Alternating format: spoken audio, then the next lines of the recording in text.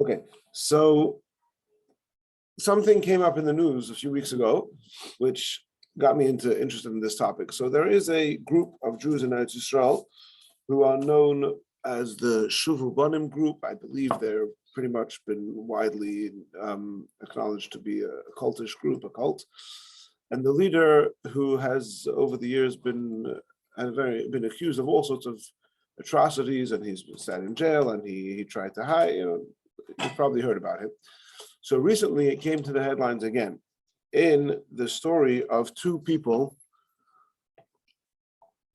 unsolved homicides from 30 years ago in Israel. And some journalists, together with a relative of one of those victims, sort of started digging into it again, and they uncovered some information. And as a result of that, there's been a couple. I mean, I have not following the story closely. I don't know where it's up to right now. But as a result of that, there were a few weeks ago some arrests made. Turns out that, and it seems like this Shuvu Banim, Rabbi Berland is the leader. It seems like they were involved. And basically, again, the gist of the story, I don't know the details, is that these two individuals, these two boys, one of them was a teenage boy and one of them was a married man, but both of them were engaging in activity which the Mishmeras Hatznius found to be inappropriate. Maybe it was actually inappropriate, I don't know the details. And they not just took matters into their own hands, but they actually, it seems like they were quote unquote from people who took the lives of these people in order to make sure no inappropriate activity is happening. And also it turns out that apparently some of the clues were staring at the detectives in the face, but they didn't even look at them because it didn't occur to them that a from Jew would do such a thing.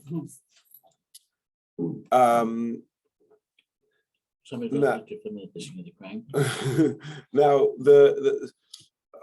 and again, I'm not following the case closely and I don't know the details, but for sure, one of the people who was involved at the time has since left that cult and is living a very different life. So that certainly adds some moral, it becomes question, what do you do? Because first of all, how do we deal with murder in general? From Jews murdering, like who ever heard of such a thing? And how do you, and what if the person has true remorse?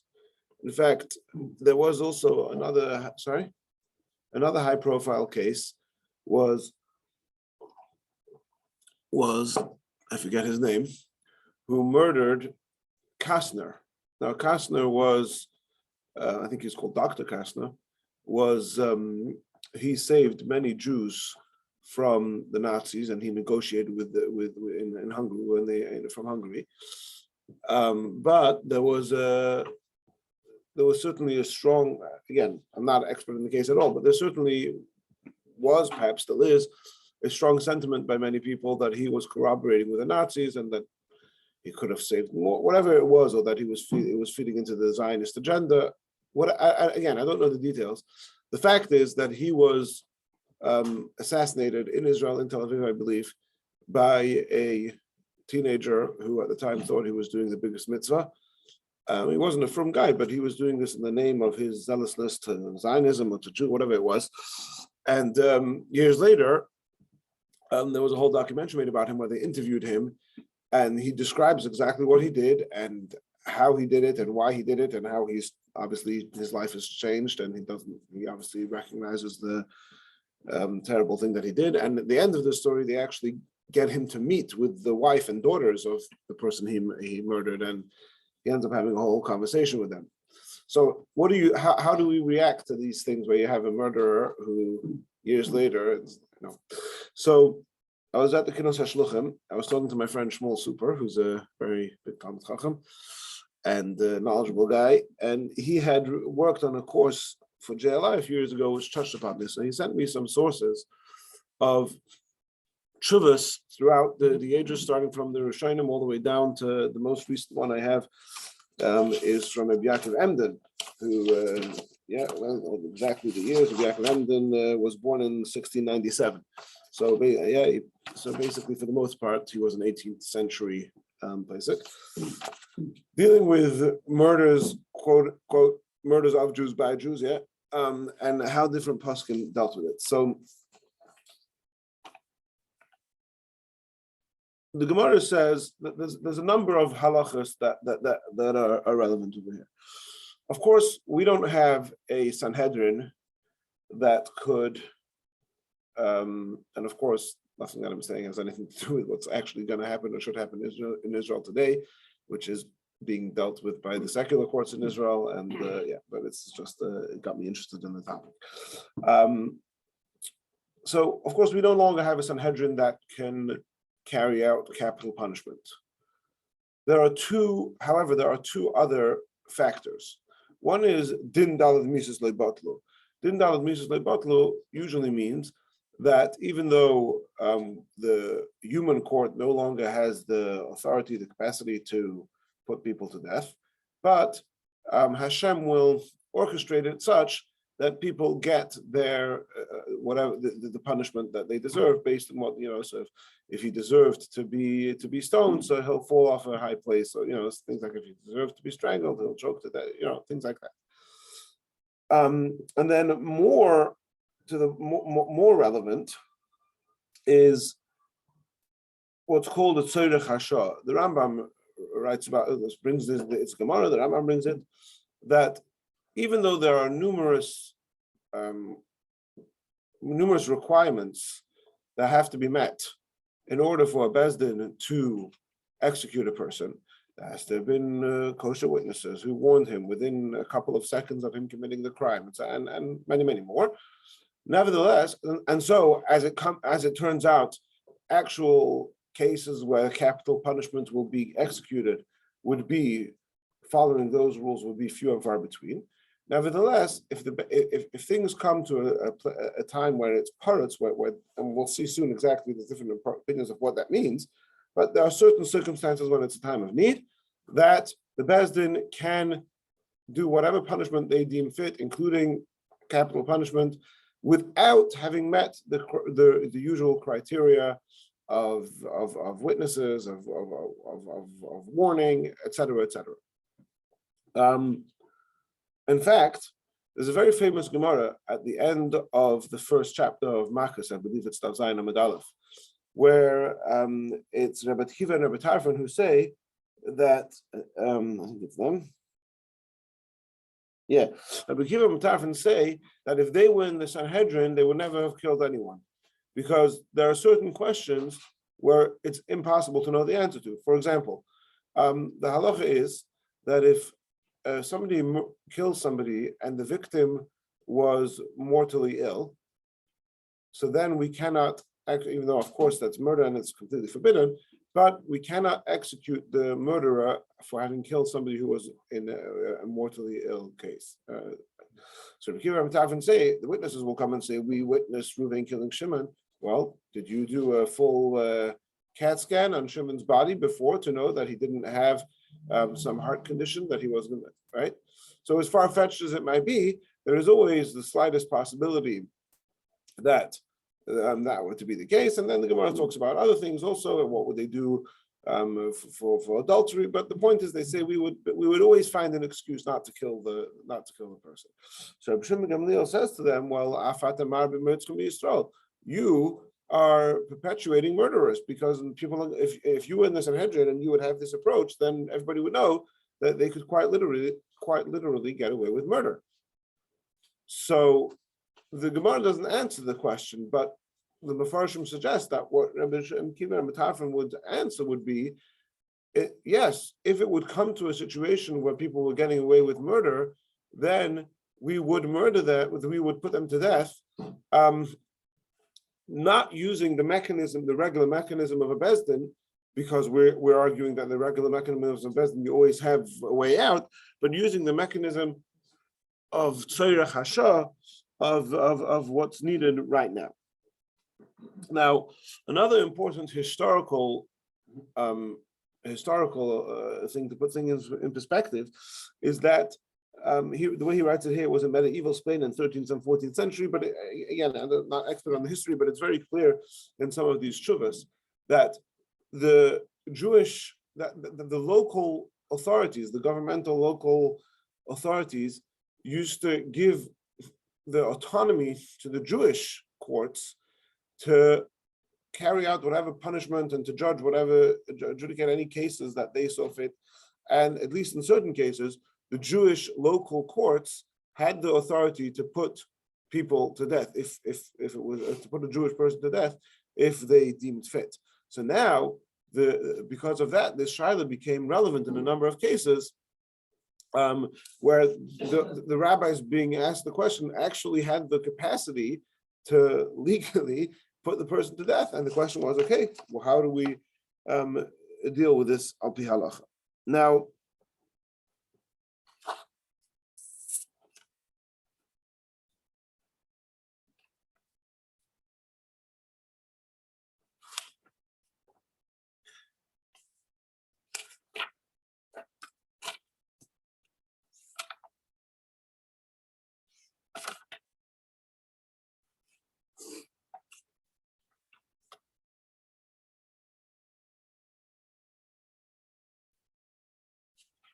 okay, so here we have a tshuva from the Rivash. The Rivash is very important person. Mother Beis Yosef quotes him probably hundreds of times. He was born in Barcelona in 1326. Died in. He had to flee from Spain, and he ended up in Africa, and he died in 1408 in Algeria. So.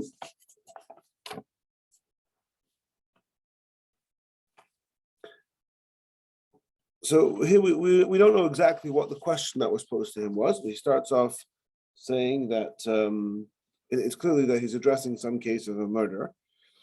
And so he starts off by quoting the Gemara that there were times that the sages would kill people even for doing something. See, here we've been talking about a murder, which is something which at least theoretically is a capital offense by Torah law. In the Gemara, we find that they killed people for things which didn't deserve capital punishment. In one case, they killed somebody for riding on a horse on Shabbos, which is not even awesome with the rice. It's only awesome with the Rabbanan.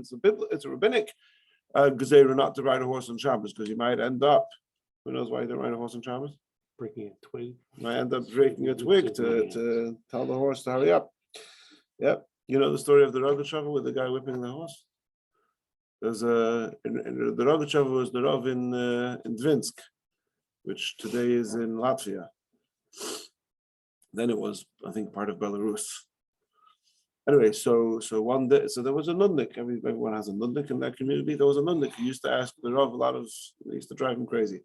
So one day the Rogatchover said to him, "I want to ask you a shaila." He says, when the Balagoda schmeißt the Pferd, when he hits the horse to go faster, and the horse starts galloping fast. Why is the horse galloping fast? Is he galloping fast because he understands that the whip means go fast? Or is he running fast because he wants to escape from the whip? So he says to the Rogatchover, he says, "How should I know? I'm not a Balagoda." So the Rogatchover said to him, "I'm not asking you as a Balagoda, I'm asking you as a horse." All right, okay. So that's when my wife asked me if she should wear this dress or this dress, I say, "Am I the Balagoda or the horse?" No, you don't. Okay. It's Not twice anyway. It's being recorded. I don't know. Okay. All right. And then, so here's a very important thing, because in Torah prescribed law, there's only certain punishments. You have basically financial compensation, you have malchus, and you have putting to death.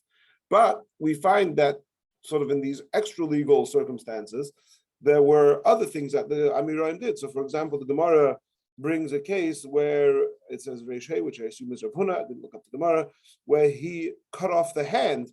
There was a person who he used to go around hitting people a lot. So Rav Huna amputated his hand, right? So, and again, this is going on this, it's all following this rule of Tzorech Hashah, that Tzorech Hashah allows us to quote unquote take the law into our own hands, in which case we're not bound by the system, so to speak, of din and nefashos. We could take other types of punishments into the cheshbon also. Now, so here he gets into this whole discussion if in the particular case that he's addressing, does this meet the criteria? Are the witnesses kosher? Now, in order for witnesses to be kosher, there's so many different things that have to be taken into account. Their religious standard, how, whether they're relatives, whether there's so many different things which could make a person not be a halachically kosher witness, even though we have no reason to doubt the truth of what they're saying. So if we're not dealing with quote unquote din nefashos, we're dealing with the tzorech hasha, this special allowance that if there's a need, the Beis Din can do things extra, beyond the legal system. So how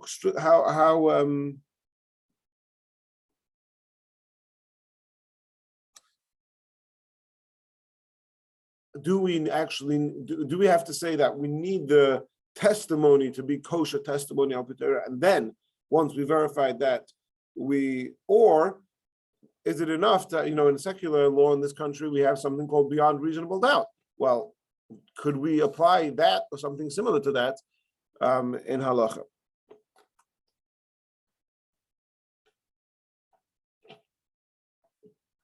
Anyway, then he concludes over here. He says, because it was one of the cases I saw. I don't remember if it was this one, where it was there were two people involved, and it was unclear who did the final blow. So al pi din nefashos, they would both be patur because you can't prove that either one of them was the actual murderer. But in this case, he says, he says in this case, because at the end of the day, this person died because of the two of them, and it was done in public in front of so many people. So, if he's writing to whoever asked the question, if you want, according to this Rambam and the Gemara, he brings lots of proofs. You could do so. It sounds like he's even telling them that they could kill them.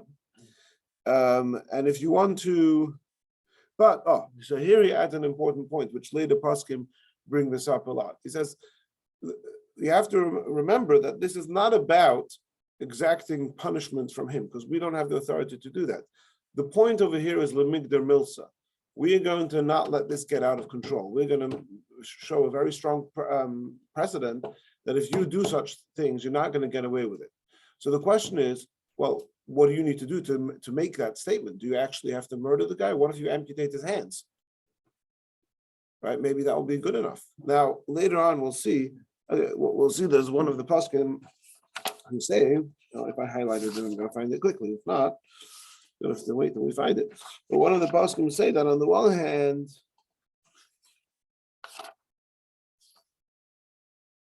here it is. This is in a tshuva.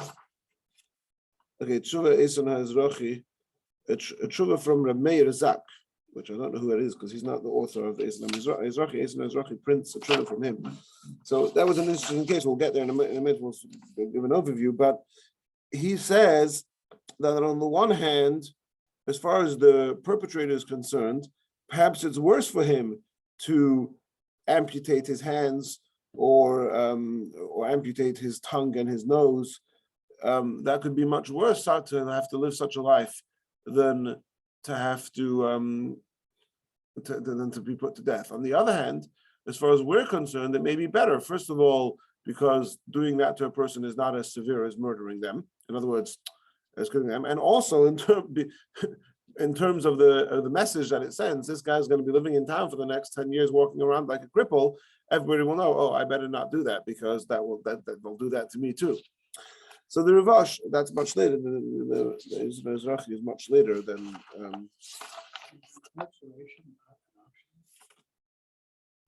So the Rambam it's a good question. I don't know that they had the capacity for incarceration. I don't think they had prisons. Certainly the Jewish courts, I don't know they had access to prisons where that could actually be done. But I don't know that incarceration, there's a number of things with incarceration.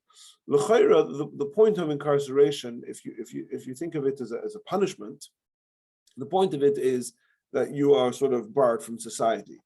And perhaps an equivalent that they have, which is discussed in some of these tshuvas, is complete excommunication. You can't come into the shul, you can't count Dominion, you can't get an Aliyah, nobody's allowed to talk to you, nobody's allowed to do business with you. You were completely ousted from the community. So in that society, that was in many ways equivalent to incarceration. There is another thing where the Rambam talks about, which also comes under the same genre as what we're talking about, where the Rambam talks about a certain case where there's somebody who we know for sure murdered the Mazid on purpose, but we're missing some of the technical things to be able to put him to death.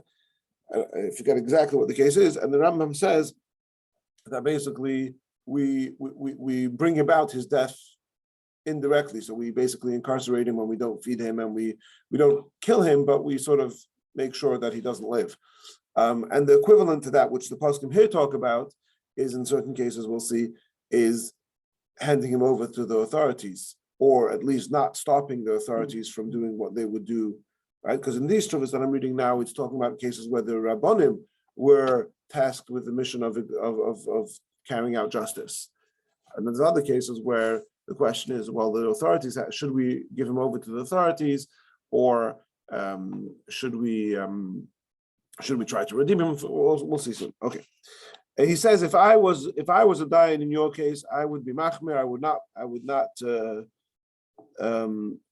not be lenient to them unless this was the wish of the relatives of the victim. If the relatives of the victim wanted to let him go and quote unquote not press charges, he says I would let them get away with that.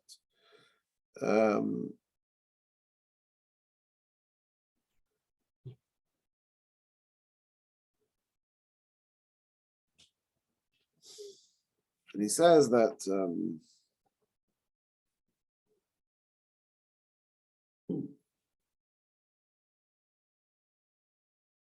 says there was, I think it seems like one of the relatives, actually the father of the murderer, encouraged him to do so, so the father-in-law should also be punished. And he quotes the Rambam says if somebody hires a hitman, that we could also punish him if the time calls for it. Okay. So the next group of tshuvas that we're going to look at is 3 tshuvas published in Shut Eson HaEzrachi. The author of Eson HaEzrachi is Rabbi Avram ben Rabbi Yisrael Yechiel HaKohen Rapoport, born in Krakow in 1584. What's his last name? Yes. Passed in 1651. Okay. Tshuvas were first printed in 1796. All right. So there's 3 tshuvas here. One is the question that he was asked. One is the answer that he gave, and then there's another tshuva from Rabbi Ezek on the same case where he also had what to add to this case. So let's look at this. So there was this guy who was going on a rampage, and he went to somebody else's house, another Jew in the community, in the middle of the night. He knocked on the door. He had some weapon, a log of wood or something. The guy somehow opened the door for him, and he killed him. And the son and the daughter of the victim were there, and they were trying to save their father.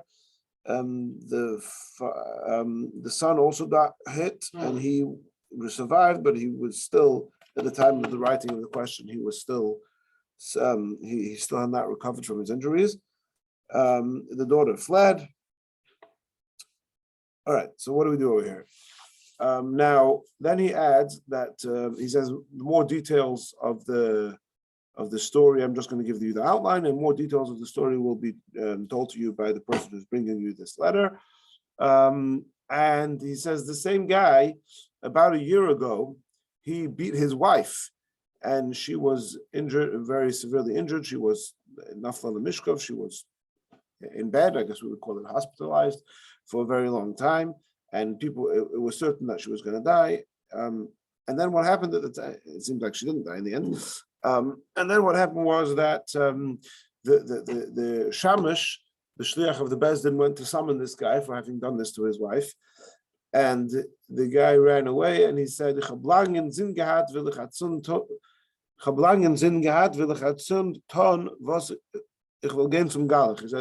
I've had in mind to do this for a long time, and I'm going to do it now. I'm going to go to the Galach. And he started running to the church.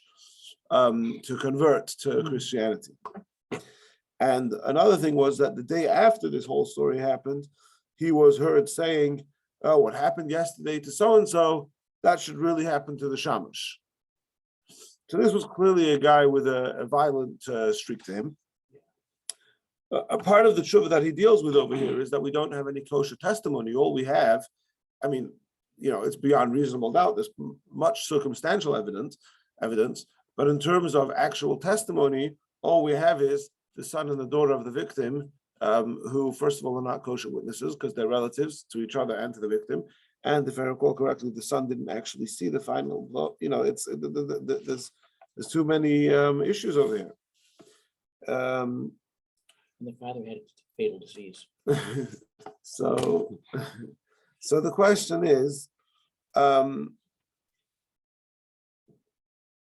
anyway, he gets into this fascinating discussion over here, which is PC alert. This is not PC, trigger warning.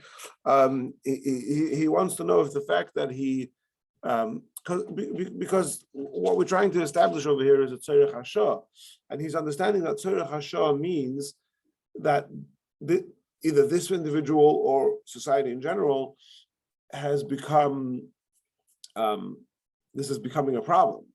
So if a person has a violent history, like this guy did, then there's more of a reason to actually kill him, capital punishment, versus if this was a freak incident, then perhaps not. So he gets into this whole discussion. Well, maybe the fact that he did this to his wife, even though of course it was terrible, but perhaps people don't, that's not so bad because people don't realize, that it's so bad to hit your wife. So anyway, then he says, I gave a trigger warning, yeah? Okay. Then he said, you can see this was a mentally disturbed. It's interesting because in all these shuvas, they don't have the way he's describing here, this guy's clearly mentally disturbed, although in the lexicon of those days, they didn't have those words. And he says that the guy was bragging. He says, yeah, send the hitman after me, hang me, put me to death for doing these crimes, which has halachic relevance because the Gemara, in the laws of Hasra, in the laws of a kosher, when the witnesses warn the person that if you do this, you'll be put to death, the Hasra has to be acknowledged by the perpetrator. So here, there was no Hasra, but there was acknowledgement of his that he deserves. It's like when you sit on the exit row and you need to get a verbal yes. You can't just nod your head. So here you got the verbal yes. Okay. Then he brings... Okay, then he goes, he quotes the Ravash that we just learned, and he says again that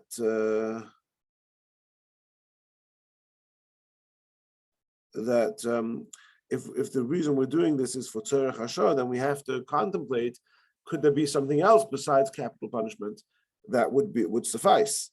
And he brings a story from the Ravash that there was a person who had there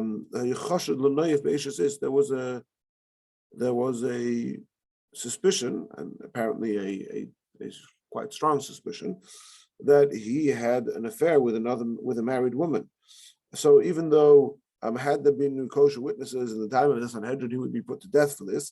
Nevertheless, the Ravash says, don't put him to death and don't even try to masabif, to indirectly bring him to death. Rather, basically what they did to him was they took him through for a parade throughout all the Jewish streets, and everybody got to whip him and hit him with on his bare body. And apparently that was a good enough punishment to make sure nobody else misbehaved.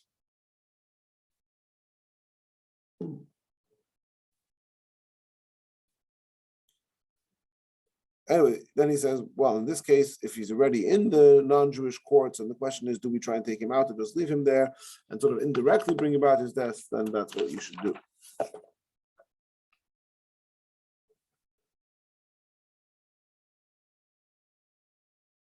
And he says, even though we could probably bribe them to release him, we shouldn't do that. Interesting. this is something which also you see this coming up in modern.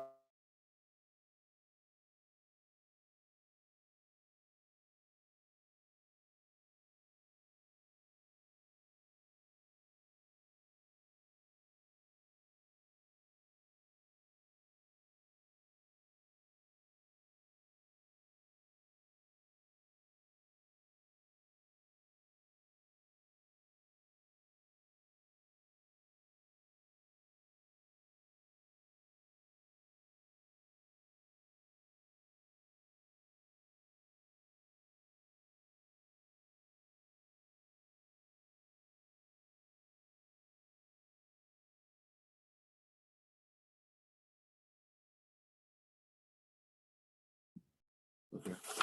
Let me press something, right? So sorry, this is the question. This is still the tshuva of the letter of the questioner today. So didn't record it.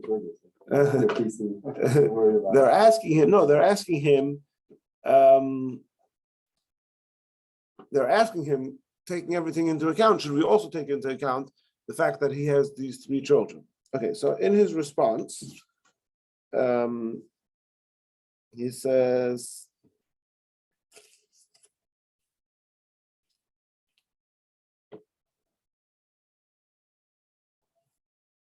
Yeah, so in his response, the Esan Hazrachi Rabbi gets is very machmir, and he says they shouldn't. They should kill him. They should let the goyim kill him. And he adds an interesting line, which again I think has modern relevance today, where you often have. Actually, I remember there was years ago.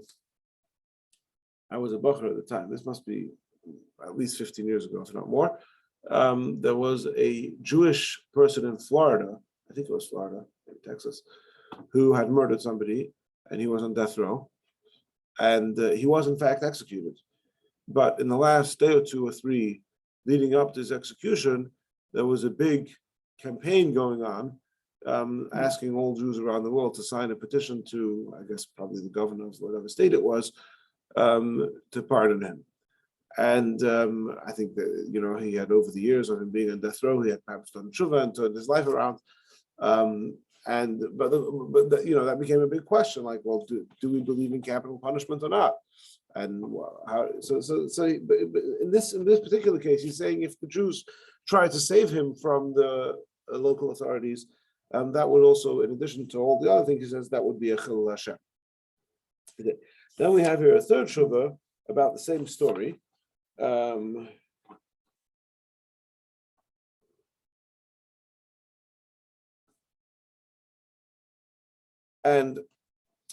So he quotes.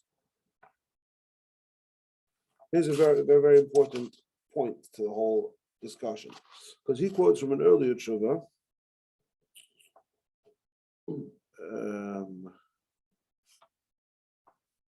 That Lemigdar Milson doesn't have to mean that there's a problem. There's lots of murders going on, so we're going to put this guy to death, and that will sort of nip this issue in the bud. He says you have to. He says he's quoting this other tshuva that says no, even if there's no history, but we're concerned that this will be, if we let him get off, this will become precedent.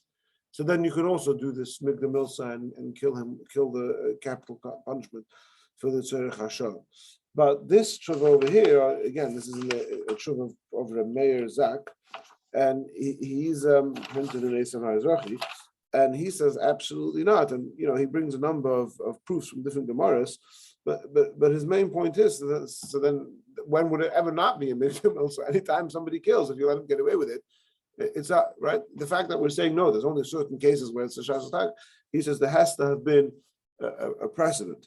So now the question is, well, we don't really have a precedent other than the fact, in other words, there's nobody else who's doing this, it's just him, and there's this guy who he murdered, and then there's his wife who he almost murdered some time ago. And I say, he says he's a little bit concerned about actually killing him, and therefore he has a suggestion, which we mentioned before, that amputate all his hands and his nose and his give him like we discussed before.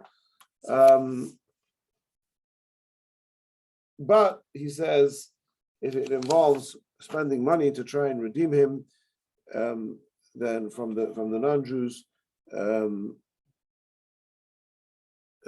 we shouldn't do it. And this is an interesting line. A few paragraphs. I'll read these two lines. To spend money to redeem him from the goyim, because he says, which I don't know if it means legally or bribing, or maybe bribing was legal. I don't know. Yeah, that he says to redeem him from the goyim because he says he wants to do tshuva. That would be a tremendous chilul Hashem, and because they'll go around saying that Jews basically condone murder. And then when a goy chas v'shalom will kill a Jew, they'll also won't say, oh, he killed the Jew, so the Jews don't care so much about murder, so they won't put him to death either. I always voice my opinion sharply on about concerning those leaders, Jewish leaders. At any time the non-Jewish authorities catch a guy, whether it's a robber or a thief, whatever, anything like that, then suddenly all the big askanim get involved and try to bribe and to get ways to get him out. He's not talking about a legal system, he's talking about bribery. He says, this is basically supporting theft. Because everybody knows that if they get in trouble, the Jewish community will come to my aid. And we see basically, we shouldn't do anything to bribe the Jewish criminals out of the hands of the local authorities. And especially in this case, he says,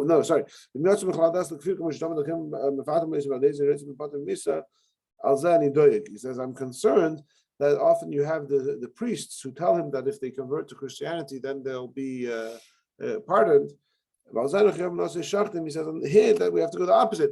We have to give bribes to make sure that they don't do that, to make sure they don't give the person the opportunity to shmadzich, to convert to Christianity and be saved from punishment.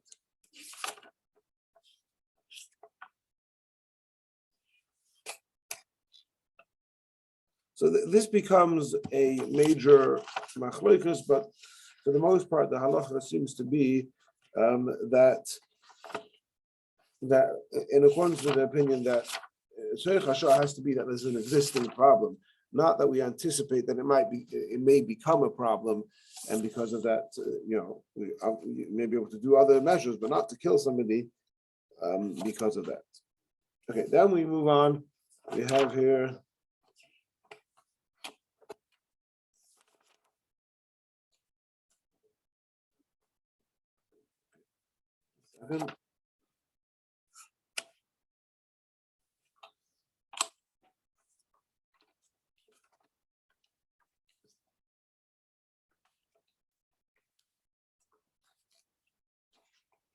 He had an interesting case. This is in the Chavis Yoyer, where he, born in 1638, and died in 1702. Right, also very prominent place. A long shuvah where basically there were two bachrim who got into a fight, and one of them killed the other, and he escaped. And then he was caught by the authorities for something else, for some theft that he committed. And the question was, should we, how do we deal with this? So it's a very long tshuva, but he says,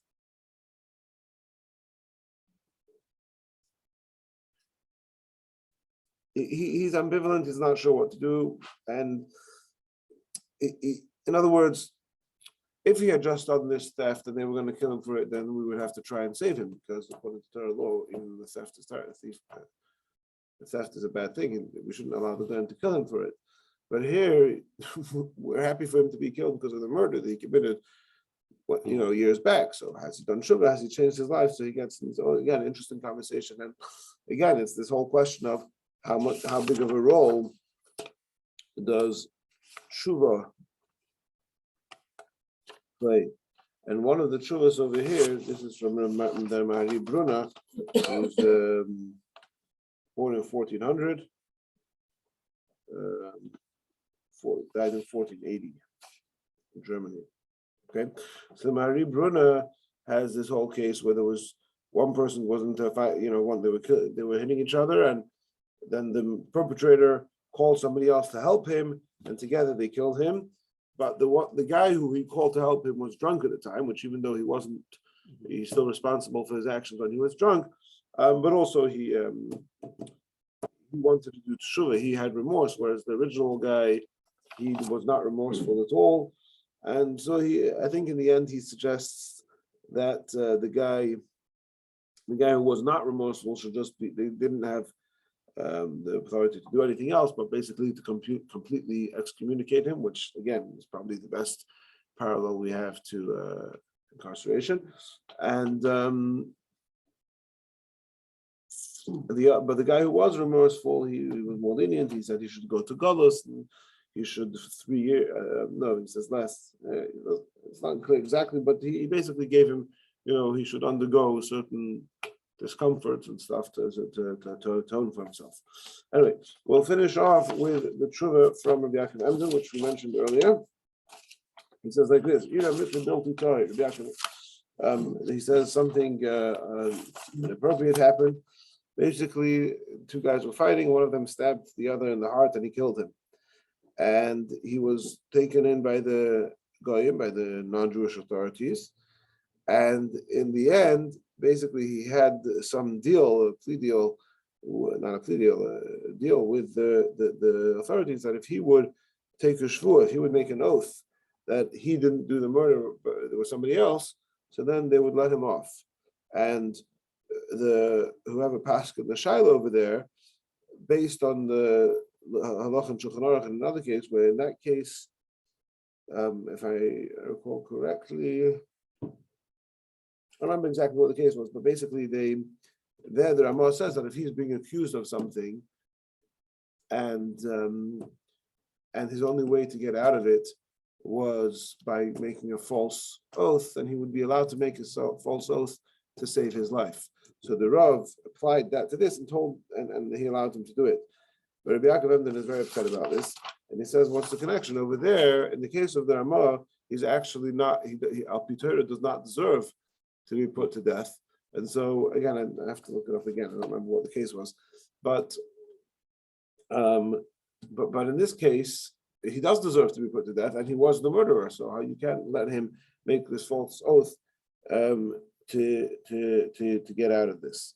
And then he says a very interesting thing, because again, we've seen the time and again over here that one of the issues that the poskim are busy with is to what extent do we take into account the tshuva, the change that this person may have made in his life.